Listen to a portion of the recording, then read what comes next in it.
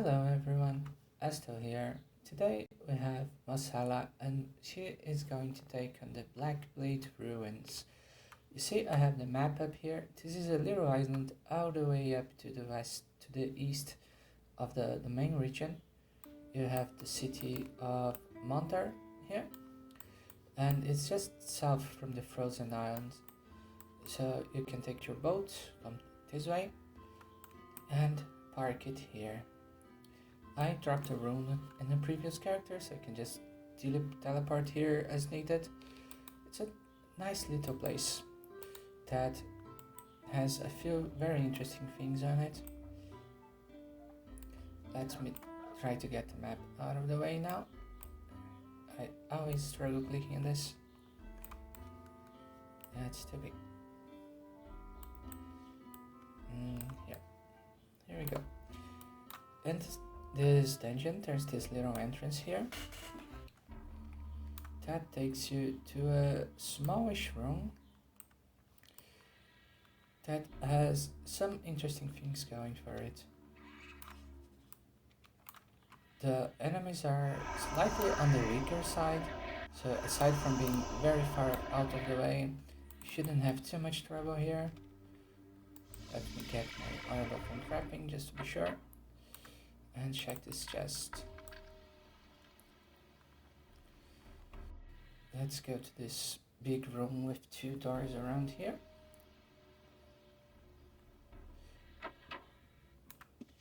There are a few humanoids, so the regular concerns that you might have against thieves and bards should always apply.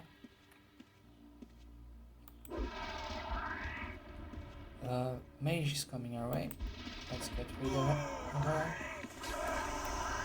Those humanoids are a bit tougher than you might be expecting, because this is, and let's check the difficulty in here. Challenging dungeon, the first one we do in this series. So the monsters have in general more health and drop more gold.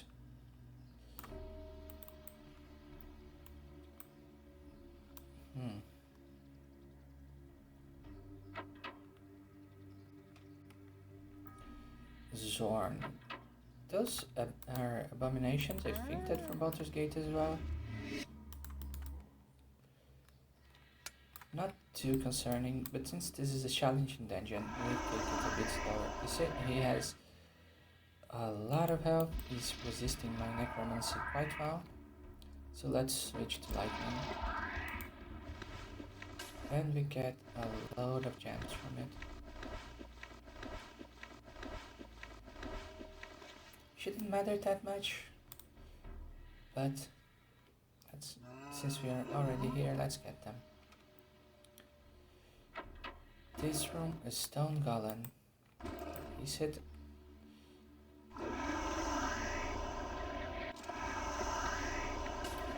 We get granite. That is something you can use for crafting if you're a mason. There might be something else in here. Goblin archer. And someone that is very unfortunate with this track.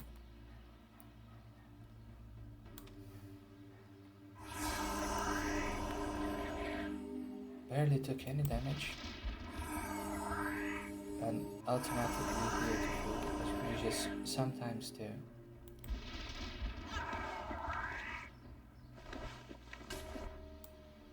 I'm still missing a summon demon spell. Even after all this time with this character. So I will on occasion check the scrolls for something.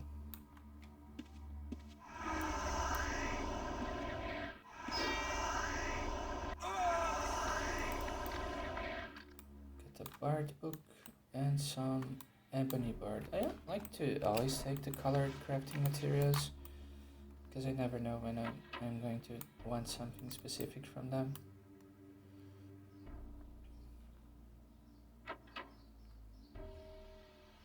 Let's clear the eastern side first, and we can probably deal with a few more of them at once.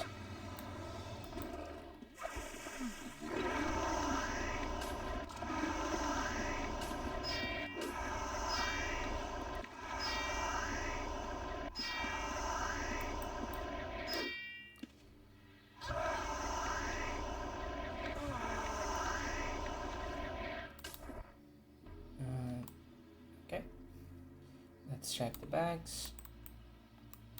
Some reagents. Cape.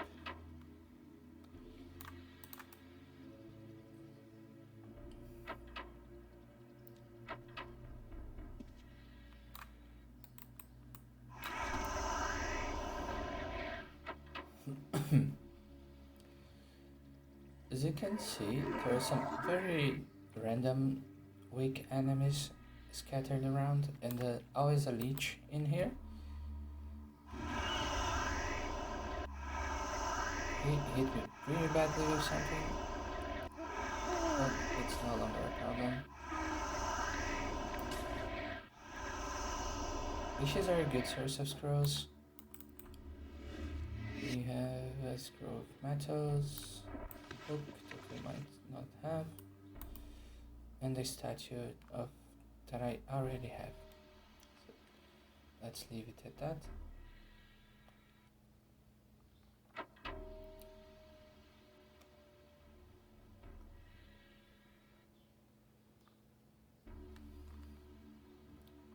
Up here there's a room with some fancy decoration, but nothing of note in there.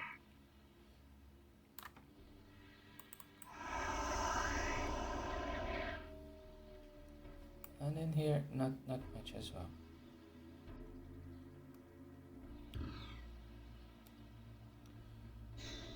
This room in here has a stealable and a demon. Let's use the demon just to have an easier time.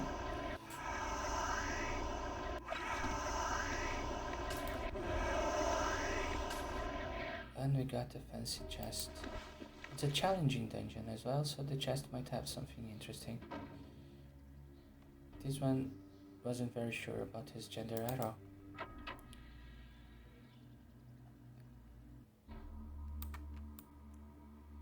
And as you can see, this is a very short dungeon, so there isn't much to it. Let's go around and see what else we find.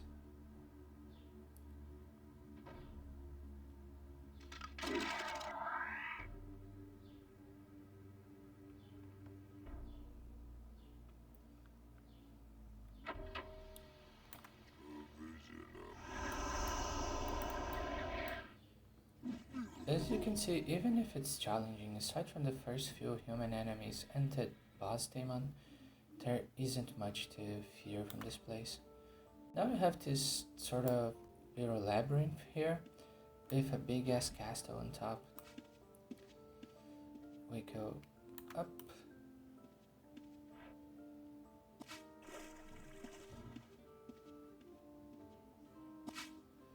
And we find an entrance to the Black Magic Guild, which has easy access to a bank and a bunch of NPCs. Can we teleport around this place? Yeah, so we shouldn't have too much trouble. In here there's a mine. I don't know why you would come mine here, but anyway. And we keep looping around until we hit a wall. And there's a teleport thing in here of some kind. And we get to this big castle. Let's take out this so we can actually see what's happening. Lots of NPCs, there are mages in here. Fancy decorations. What are those people? Blacksmith.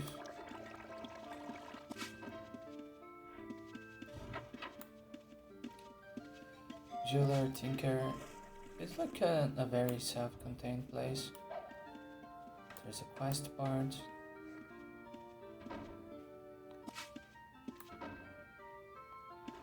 Alchemist, the Baron. What does a Baron do?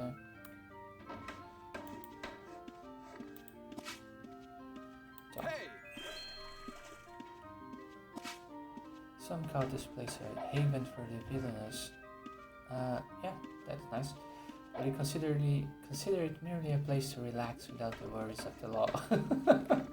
For the nobles of knights to the murderers of scoundrels, my castle welcomes anyone within its halls.